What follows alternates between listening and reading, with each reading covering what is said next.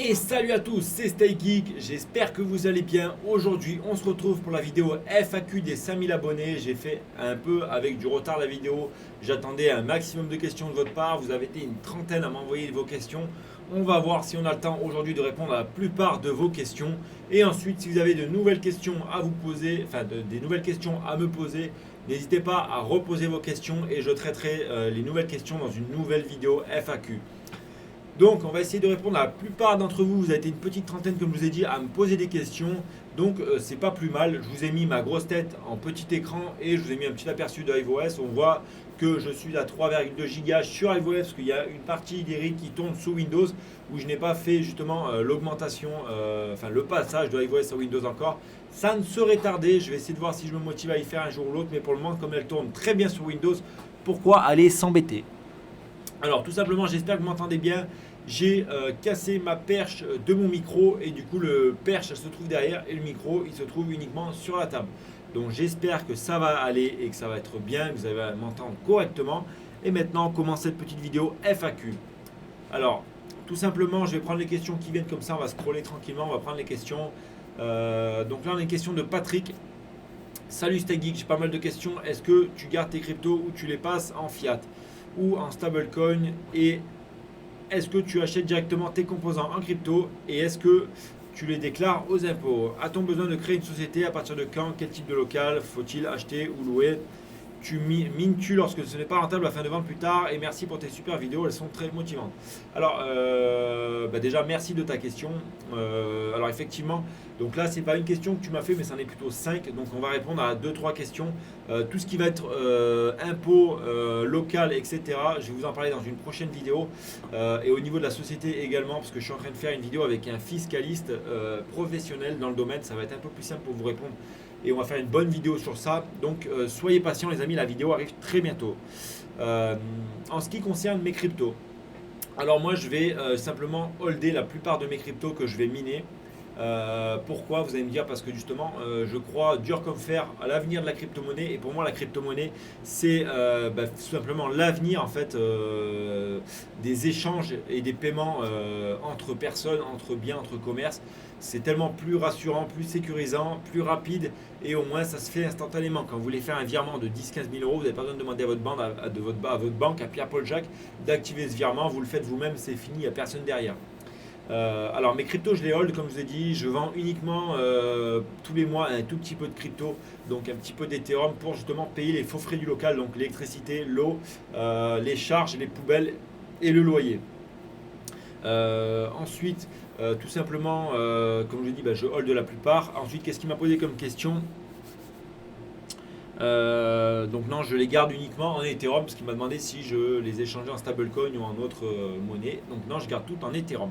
Donc pour le reste, on répondra dans la prochaine vidéo, Patrick. Ensuite, on a une petite question de Nicolas. Salut Stay Geek, j'espère que tout va bien. Oui, ça va, merci et toi. Où trouves-tu tes composants pour monter les rigs, CPU, GPU, etc.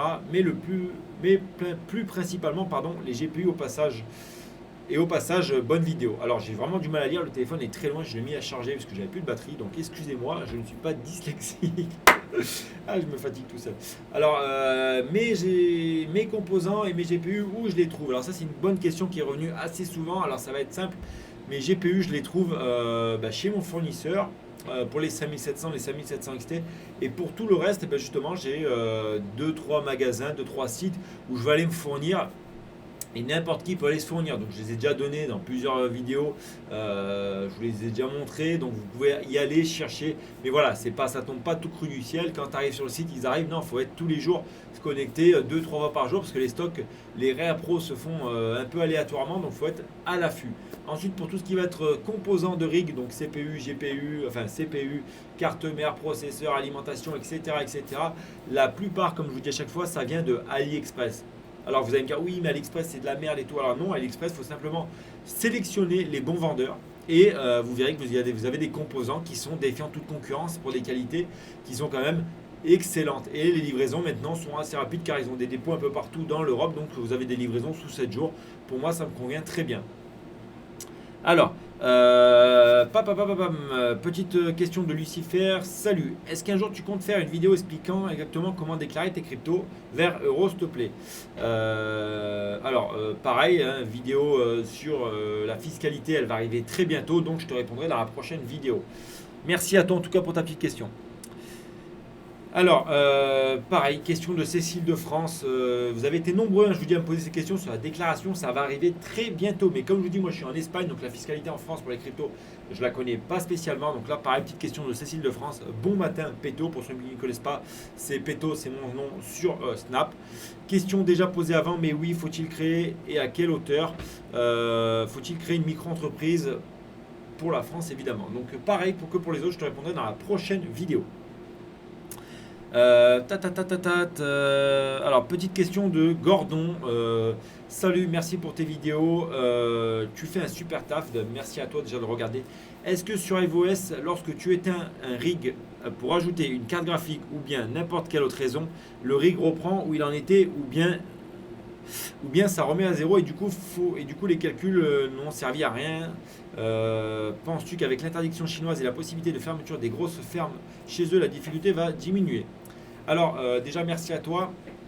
Alors non, quand tu éteins ton rig qui a miné par exemple un Ether pour rebrancher une carte, tu vas rien perdre parce que du coup, en fait, c'est stocké sur la poule de minage. Donc, quand tu vas rallumer ton rig, ça va reprendre simplement le cycle où tu t'étais arrêté et dès que tu auras atteint la limite de paiement, bah, tu vas recevoir bien sûr ton paiement sur ton wallet, ce qui est normal. Ensuite, pour la difficulté et la fermeture en Chine, donc du coup, bah, la Chine a imposé des restrictions aux mineurs, donc ils ont dû fermer les fermes de minage qui étaient alimentées via les centrales hydroélectriques.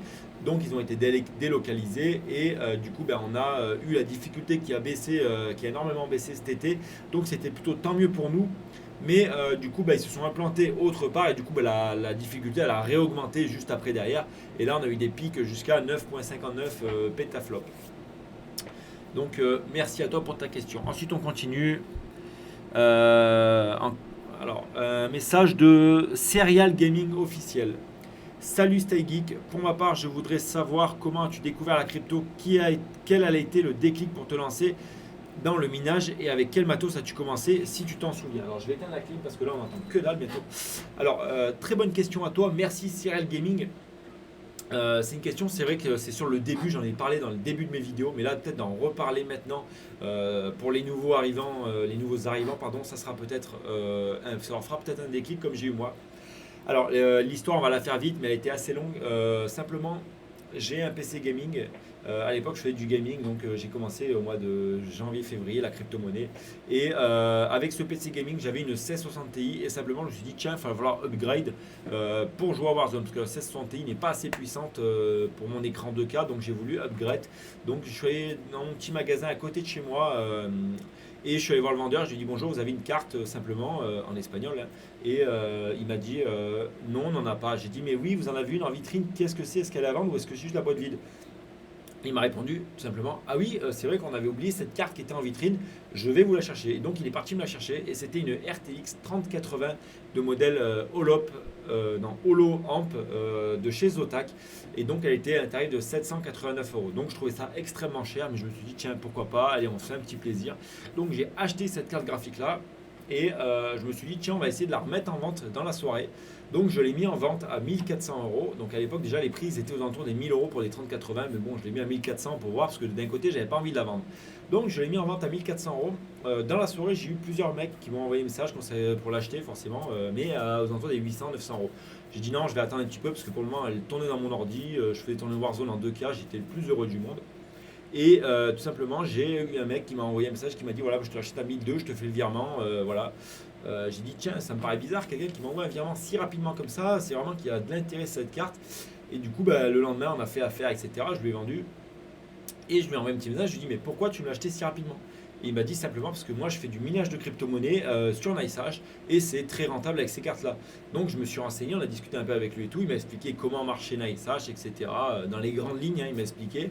Et du coup après j'ai fouillé, j'ai farfouillé et au final j'ai réussi à faire tourner NiceHash avec ma 1660 Ti Le lendemain, que j'ai vendu ma 3080, je suis parti au magasin où il m'a vendu ma 3080 et il s'avère qu'ils avaient encore une 3070, donc les visions OC, les blanches là, j'en ai 4 maintenant qui tournent, vous avez dû les voir sur mes rigs. Et donc je l'ai mis dans l'ordinateur et elle faisait 5,80 € par jour à l'époque sur NiceHash, donc c'était énorme. Et donc je me suis dit, bah tiens, si elle fait 5,80 € une carte, si j'en prends 10, ça me fait 58 € par jour. Donc j'ai dit, bon bah allez, et du coup, bah, ainsi de suite, j'ai acheté. Maintenant, bah, vous voyez, j'ai 70 GPU qui tournent, 3,2 GHz, bien sûr, sur iOS, parce qu'on a une grosse partie qui est sur, qui est sur Windows actuellement. Donc voilà, Serial Gaming, merci à toi pour ta question. Donc j'espère que l'histoire n'était pas très longue. Allez, c'est parti. Salut Stay Geek, j'aimerais savoir si c'est possible de mettre plus que 2 alimentations sur un seul rig. Alors là, je crois que j'ai déjà répondu à la question, je me suis raté en fait. Voilà, parce que du coup, j'ai répondu, je n'avais pas vu dans les onglets Windows. Alors attendez, je vais reprendre juste sa question. Alors oui, tout à fait, il est possible de mettre plus de 2 alimentations sur un rig avec un coupleur. Moi, j'en ai mis 3 déjà sur un seul rig avec justement 2 coupleurs d'alimentation. Donc c'était un montage un peu spécifique. Mais du coup, ça marchait très bien. Le rig a tourné pendant plus de 4 mois comme ça avec ses triples alimentations. Je ne vous l'ai jamais montré parce que c'est vraiment quelque chose qui n'est pas à reproduire. Mais voilà, ça tournait très très bien. Donc si vous voulez, je vous en parlerai un peu plus dans une autre vidéo si ça vous intéresse. Donc merci à toi, Fury. Alors, Marwan Majid, on veut une vidéo comment choisir les composants, quel processeur, etc., va avec quelle carte, machin, etc. Bon, ça, je vais en faire une vidéo parce que vous avez été nombreux aussi à me demander, donc ça partira dans une vidéo prochaine. Alors, une question, une très bonne question d'ailleurs, Thomas Lebon. Qu'est-ce qui te plaît et te motive pour continuer dans le minage de crypto-monnaies? Alors, ce qui me plaît, ce qui me motive dans le minage de crypto-monnaies, c'est déjà qu'on va en apprendre tous les jours. Moi, j'en apprends tous les jours parce que reste un débutant, un peu plus confirmé maintenant, mais je reste quand même un débutant. Faut savoir que je suis rentré dans les crypto-monnaies au mois de février, enfin dans le minage de crypto-monnaies au mois de février. Qu'est-ce qui me plaît? Ce qui me plaît le plus, je crois, c'est de monter des rigs et faire des configurations un peu spécifiques pour les clients, pour vous maintenant. Et ça, je crois que c'est un truc qui me plaît vraiment. Vous voyez, j'ai des frissons même, tellement ça me... donc ça, c'est ce qui me plaît le plus. Ce qui me motive le plus, alors, à part le côté financier, parce que forcément, ça fait pas mal d'argent, même si c'est pas de l'argent que je retire chaque mois personnellement. Donc c'est pas réellement des gains puisque c'est stacké. Ce qui me motive le plus, c'est d'avoir énormément de cartes et justement d'avoir un payout qui arrive le plus rapidement possible. Donc moi je me suis fixé une base de 0,05. Actuellement ça fait à peu près des paiements de 150 € par jour sur une pool parce que forcément j'ai diversifié mes autres rigs pour d'autres crypto-monnaies. Je ne mets pas tous mes œufs dans le même panier, mais voilà, mon objectif c'est d'avoir un paiement par jour sur Ethereum. Donc là ça me fait un paiement de 150 € par jour maintenant sur Ethereum.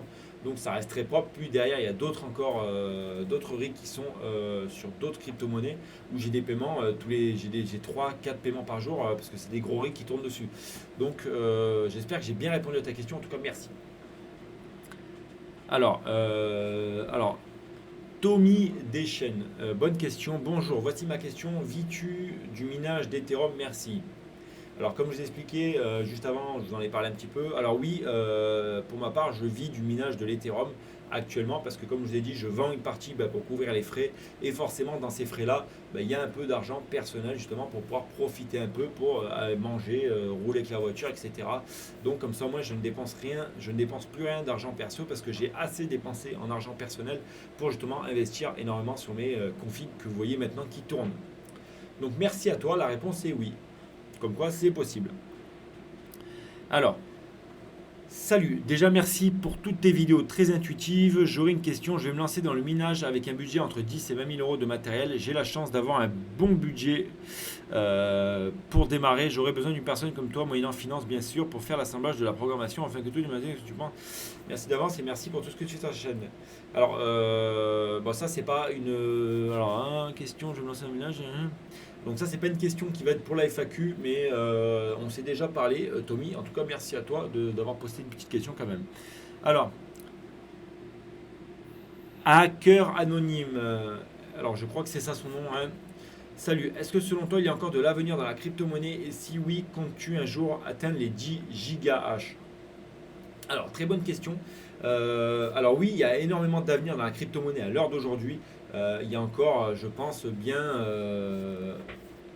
5-6 ans, il y a moyen de faire énormément d'argent avec la crypto-monnaie, peut-être plus hein, forcément, mais on ne sait pas de quoi est fait l'avenir, parce que la crypto-monnaie c'est extrêmement volatile, et du jour au lendemain, les institutions et les États peuvent pondre des lois pour bloquer justement la crypto-monnaie et faire en sorte que leur monnaie, future monnaie virtuelle, soit plus acceptée par le peuple que les crypto-monnaies. Donc ça après, c'est un autre débat. Mais oui, il y a énormément d'avenir sur la crypto-monnaie actuellement, moi j'y crois dur comme fer. Et mon objectif déjà c'était d'atteindre les 5 gigahash en premier lieu. On doit y être très bientôt, à quelque chose près. Et pour les 10 gigahash, alors oui forcément ça m'intéresserait d'avoir les 10 gigahash, mais forcément derrière il va falloir investir en masse pour justement combler les 5 gigahash qui manquent à peu près. Donc merci à toi. Quelle est la meilleure... Alors une question de Mathis Delgerbe. Je suis pas Delgerbe, je sais pas comment on dit. Quelle est la meilleure carte rapport performance-prix actuelle? Merci. Alors, je l'ai déjà dit dans plusieurs vidéos, mais pour moi, la meilleure carte graphique rapport performance-prix vont être tout ce qui va être 1660 Ti, 1660 Super. Bien sûr, il faut les acheter si vous les achetez en occasion à pas plus de 300 euros. Où là, vous aurez un rapport MH de 10, donc 10 euros le MH, ce qui reste très très correct. Merci à toi. Le matos que tu vends est garanti, genre les rigs tout prêt ou les CG. Alors oui, tout le matériel que moi je vais vendre, donc il y aura une facture bien sûr du matériel, il y a la garantie pour tout le matériel de 2 ans. Et donc c'est bien du matériel neuf, hein, j'étais en train de relire la question. Donc oui, neuf garanti avec facture. Merci à toi Stéphane Martin. Alors, un message de Ghetto Red Dragon. Salut, je viens de me lancer dans le minage avec un ami et j'aimerais savoir tes bons plans pour acheter les cartes, surtout qu'en ce moment les cartes sont chères. Merci, super vidéo. Et les rigs, je t'ai ajouté sur Snap. Bon, ben ça, c'est pas une vraie question, mais pour récupérer le bon plan pour les cartes graphiques, déjà je te dis de venir sur Snap et là on pourra discuter ensemble. Alors, la team Sacarpouille, bonjour. Peut-on miner avec iOS sur le même rig deux monnaies différentes? Alors oui, il est possible de miner deux monnaies ou plus sur le même rig. Il est possible en fait de miner pour chaque carte graphique une monnaie différente sur le même rig. Donc ça c'est plutôt intéressant si vous avez un rig avec par exemple, je sais pas, 8 ou 10, 30, 90 ou n'importe quelle autre carte. Vous allez pouvoir faire la manipulation justement avec les commandes depuis les mineurs directement depuis iOS. Donc là, Jean-Jean Bricole a fait une petite vidéo dessus. Je vous invite à aller la checker et puis sinon je vous en referai une vidéo dessus. Ça pourrait pas mal aider les gens. Donc merci à toi en tout cas.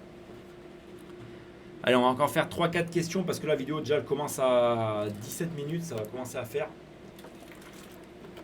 Je pense qu'on en a perdu la moitié. Un petit peu d'eau avant de continuer. Alors, Benoît Carpentier, salut, est-ce que tu as déjà retiré des Ethereum en euros via un distributeur ou autre? Si oui, comment? Merci à toi. Alors, j'ai jamais retiré d'Ethereum via un distributeur parce qu'en Espagne, c'est tout juste en train de se développer. On a Bit2Me qui est en train de lancer des petits distributeurs pour retirer la crypto-monnaie, donc ça, c'est plutôt pas mal. Et du coup, la réponse est non, je n'ai jamais retiré d'Ethereum avec un distributeur pour le moment. Donc, merci à toi. Dès que ça arrive, je vous en fais une vidéo. Salut, Michel Hall. Salut, j'ai acheté une 3090. Penses-tu qu'il serait mieux de la démonter par un pro pour lui mettre les pattes thermiques pour anticiper la chaleur? Alors déjà, merci à toi. De plus, à mon avis, c'est pas la patte thermique, c'est les pattes thermiques. Mais la patte thermique aussi, il faudra la changer. Effectivement. Alors oui, tu peux la faire par un pro. Justement, viens dans le Discord. Il y a un pro sur le Discord qui s'occupe en fait de changement des pattes thermiques et de la pâte thermique. Mais effectivement, c'est pas une opération qui est très dure à faire, mais il faut avoir quand même un peu de compétences et avoir un peu de patience pour le faire. Après, à savoir qu'en changeant les pattes thermiques et la pâte thermique, ça permet d'avoir une durée de vie optimisée sur les cartes graphiques et un refroidissement meilleur ainsi qu'une de très bonne performance.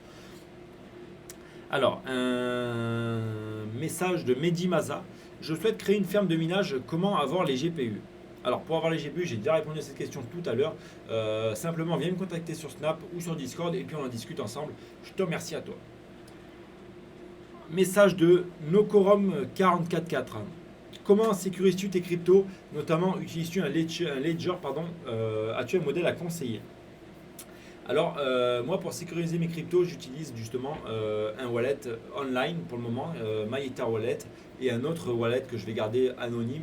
Mais effectivement, j'ai eu l'opportunité d'acheter un Ledger Nano X qui doit arriver très bientôt. Donc, je vous en ferai une vidéo justement pour sécuriser ces cryptos via un Ledger. Et ça peut être très intéressant pour vous, les amis. Donc, merci à toi de ta petite question. Salut Clansoft, salut, tu revends des cartes graphiques et vis-tu du minage ou as-tu un travail à part? Alors, je revends des cartes graphiques bien sûr, donc ça je te redis comme la question qu'ont posé les autres. Viens sur Snapchat, on en discute, il n'y a pas de souci, ou sur Discord, ça sera plus simple. Ensuite, j'ai déjà répondu à ces questions également. Je vis du minage, mais je n'ai plus de travail à côté. Merci à toi. Message de navigateur Xtreme. Salut, peux-tu nous parler de ton entreprise? Pourquoi en Espagne et pas en France?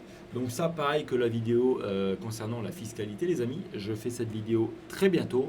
Alors, soyez patients. Merci à toi. Message de Dos Santos. Salut, je voudrais en contact avec toi pour du matériel. Comment je peux te contacter? Comme j'ai dit aux autres sur Snapchat, mais ces questions-là ne sont pas appropriées à la vidéo FAQ. Rick Sanchez, question très pertinente. Qu'est-ce que tu faisais avant le minage? D'où viens-tu? Qui es-tu? Alors déjà, merci à toi Rick. Alors moi déjà, je viens d'Orange de base, en France, dans le 84. C'est pour ça que sur mon Snap, vous avez Peto 84. Et alors avant le minage, simplement, je travaillais dans le BTP. Et ensuite, je suis parti, j'avais un site internet justement pour vendre des pièces de moto, de l'import-export de pièces moto. Donc voilà, tout simplement. Et actuellement, du coup, je vis du minage maintenant. Donc merci à toi. Les amis, ça va être la fin de la vidéo FAQ. Je vous remercie pour ceux qui ont tenu jusqu'à la fin les 21 minutes. Petite vidéo tranquillement. J'espère que cette vidéo vous a plu. Vous avez pu justement avoir réponse à vos questions. Et si ce n'est pas le cas, revenez poser des questions et on fera une deuxième vidéo FAQ si ça vous a plu. Allez, je vous dis à très bientôt. Hop, et là on coupe le stream.